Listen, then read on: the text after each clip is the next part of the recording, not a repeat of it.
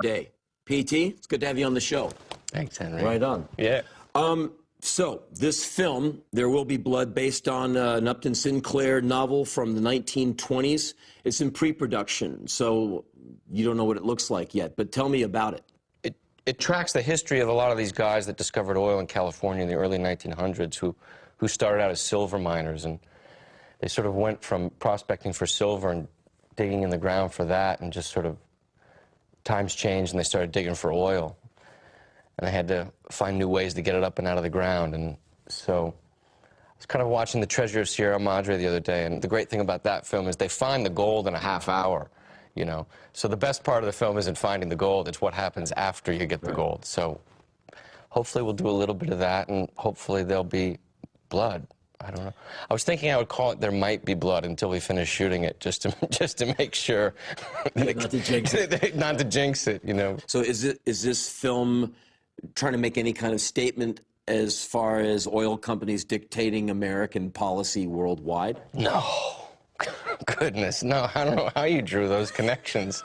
But, you know, what we got to do first with this film is just tell the story of this guy that Daniel Day-Lewis is playing, and kind of just think about that first. I mean, the sort of crux of the story is basically the relationship between him and his son and this town that he goes into and leases some property and tries to drill for oil. And if we can just sort of focus on the small things, the big things might accidentally end up taking care of themselves, hopefully. What made you want to base a film off Upton Sinclair's book? Like, why this, why now?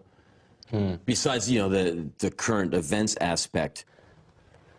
I think mainly I was, you know, I think I was kind of burned out, and I found this book by Upton Sinclair, and I felt like, honestly, out of kind of boredom, one day I just started sort of taking pieces from the book and writing them as my own, writing them as a script. Didn't think I was going to adapt it, and they just started to stick. They looked really good. They looked really, really good, and it was really inspiring. And one thing led to another, and you turn around and it's a year later, and it's kind of become something else, and you wonder where half the shit came from, and the next thing you know, you've got 9 weeks before you go to shoot a film, and you're just like...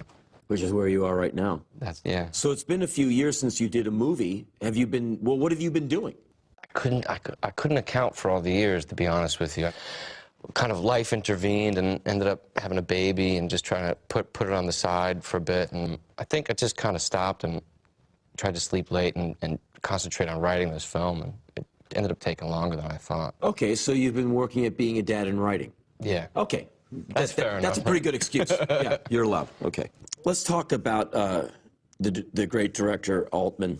Yeah. Buddy of yours, influence on you. Well, I worked on a film last year in the summer called Prairie Home Companion. Yeah. And Robert called me because he can't get insurance now because he's 83, he's 82 years old, and he can't get insurance. So when he goes to make a film, there needs to be a backup director. And so he went to St. Paul and basically just sat with Bob at the monitor all day and listened to him tell stories, and we joked around. And there's not a lot that kind of gets him down or bothers him. He's got a great saying. He says, just giggle and give in, you know. And you just feel like, I get that, I get that. I mean, there were times when we were sitting there and I'd kind of get worked up about something on the set or say, Bob, you know, and he'd just kind of look at me like, what the hell are you worried about? You know, it's all going to be all right, you know. And I sort of learned, I like had a real kind of a new film school again, kind of going back and just hanging out with him, and it made me excited about going to make movies again. I think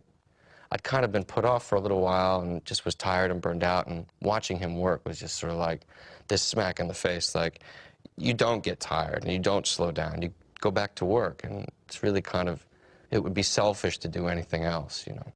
Well, let's talk about your films and the actors you use. We always see, well, fairly often we see John C. Reilly, Philip Baker Hall, Philip Seymour Hoffman, and finally one actor who does not use a middle initial or a middle name, Luis Guzman, and they're all great. Is there why do you keep using, you know, this ensemble approach? You know, it's got to be a lot like being in a band, you know, where you feel like the more you play together, the better you get. Yeah. When you work with people that you know and it's going well, there's nothing like it. I mean, there's just nothing like that joy of watching an actor that you dig, you know, that maybe you've written something for, to see them kind of do something new with it that you didn't expect, or to... There's nothing also, too, like the relationship where I can feel like I can help them or they can save me. I mean, there's been so many times when we've been making films with the group that you just mentioned where I know that I've just gone completely out to lunch or completely out to sea, and it's just such a great feeling when someone that you work with closely sort of comes up with an idea or saves the day and kind of guides a scene back on track. I mean, that's sort of a great thing. You're not just a director out there trying to tell actors what to do. You sort of got somebody that's watching your ass as well. Right. In your films, you tend to stay with some musical people as well. Michael Penn, John Bryan, and Amy Mann, who's also conveniently our musical guest later in the show. Obviously, has helped you with your stuff. What is it about her music that speaks to you in a cinematic sense? You know, I'd always loved Amy, and then she had a song called "Save Me" that it is the end of Magnolia, and she had given me a demo tape of it, and it just really affected me. And it was a massive, when you somebody hands you something that's such, it just feels like a trampoline, like to kind of catapult you into being able to work. And when she gave me that, it was it kind of opened the floodgates to help me write that film at the time. Something can come along into your life, and so she says, "Oh, just listen to this." It helps you trigger, it helps you kind of organize, it helps you sort of now make sense of a lot of different things, and that's what happened with Amy, and that became a really terrific relationship on that film. Yeah.